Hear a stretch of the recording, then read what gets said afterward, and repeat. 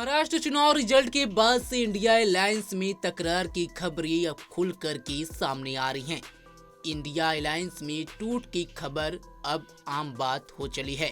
बीते दिनों से जो खबरें सामने आ रही है उससे ही अंदाजा लगाया जा रहा है कि इंडिया अलायंस में सब कुछ ठीक नहीं चल रहा है और आने वाले समय में इंडिया अलायंस 2-3 घड़ों में बंटता हुआ नजर आएगा।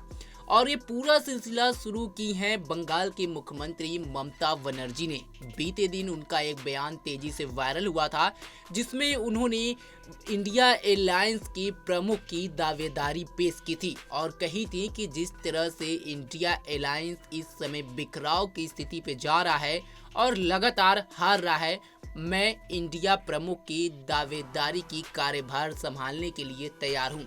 हालांकि मैं बंगाल से ही इसका नेतृत्व करूंगी।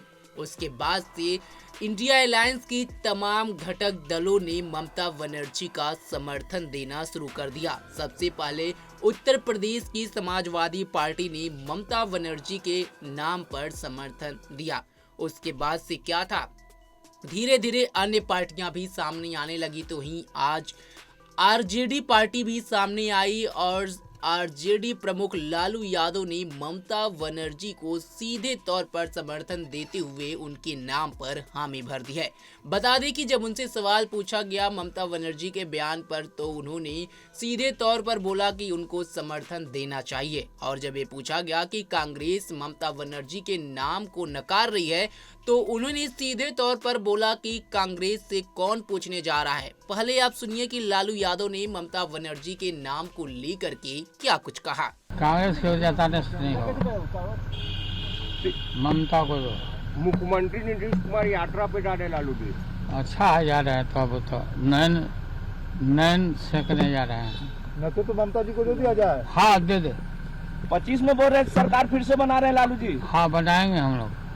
नीतीश कुमार दावा कर रहे हैं कि 225 सीट जीतेंगे एनडीए। अरे पहले आँख सेके ना अपना। आपको बता दें कि हरियाणा का परिणाम जिस तरह से सामने आया उसके बाद महाराष्ट्र का चुनावी परिणाम आया।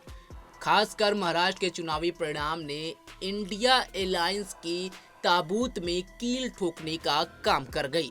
जिस तरह से वहां परिणाम आए और बीजेपी यानी कि महायुति को एक तरफा तूफानी बहुमत मिली, उससे कहीं न कहीं कांग्रेस के नेतृत्व पर सवाल उठने चालू हो गए हैं। हरियाणा में कांग्रेस बीजेपी का आमने सामने सीधे तौर पर टक्कर था, लेकिन जहां जहां कांग्रेस बीजेपी से सीधी टक्कर में रहती है वहां कांग्रेस हार जाती है। हालांकि लोकसभा में कहीं न कहीं इंडिया अलायंस मजबूत स्थिति में दिख रही थी, लेकिन लोकसभा चुनाव के खत्म होते ही जब बारी राज्यों की आई तब यहां पर कांग्रेस और इंडिया अलायंस लड़खड़ाती हुई दिखी। हालांकि झारखंड में इंडिया अलायंस की सरकार जरूर बनी और यहाँ पर हेमंत सोरेन बड़े भाई की भूमिका में नजर आए। लेकिन अगर बात करें इंडिया अलायंस की घटक दलों की तो पहले ही कई मुद्दों पर इंडिया अलायंस के कई घटक दल कांग्रेस का साथ छोड़ चुके हैं। पार्लियामेंट में इस समय अडानी मुद्दा जोरों शोरों से चल रहा है।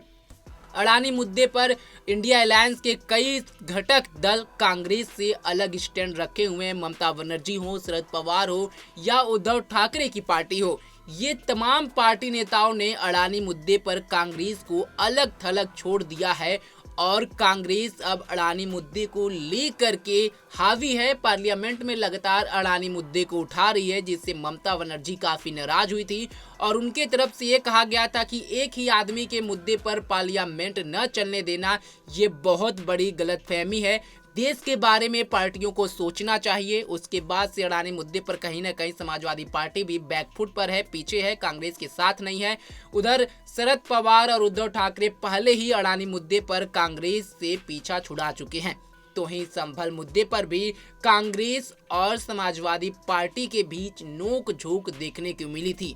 अब वहीं जिस तरह से ममता बनर्जी के नाम का जिक्र चल रहा था इंडिया अलायंस के प्रमुख दावेदार के रूप में, तो लालू प्रसाद यादव के बयान के बाद से अब बड़ा कयास लगाया जा रहा है कि क्या धीरे धीरे कांग्रेस पार्टी का दबदबा इंडिया अलायंस से खत्म होते जा रहा है और क्या इंडिया अलायंस टूट जाएगी और कांग्रेस इंडिया अलायंस से बाहर हो जाएगी। क्या ममता बनर्जी के नेतृत्व को कांग्रेस यहां पर सपोर्ट करेगी या नहीं, ये तो आने वाला समय बताएगा। हालांकि अभी ममता बनर्जी के नेतृत्व को कांग्रेस ने नकार दिया है, लेकिन जिस तरह से इंडिया अलायंस की तमाम घटक दल ममता बनर्जी का समर्थन देते आ रहे हैं, अब उससे देखना ही होगा कि क्या आने वाले समय में इंडिया अलायंस का नेतृत्व ममता बनर्जी के हाथों में होने वाला है। इस खबर पर आपकी क्या राय है, कमेंट बॉक्स में हमें जरूर बताएं। ऐसे ही तमाम खबरों के लिए जुड़े रहे हमारे साथ और देखते रहें पंजाब केसरी.com। धन्यवाद।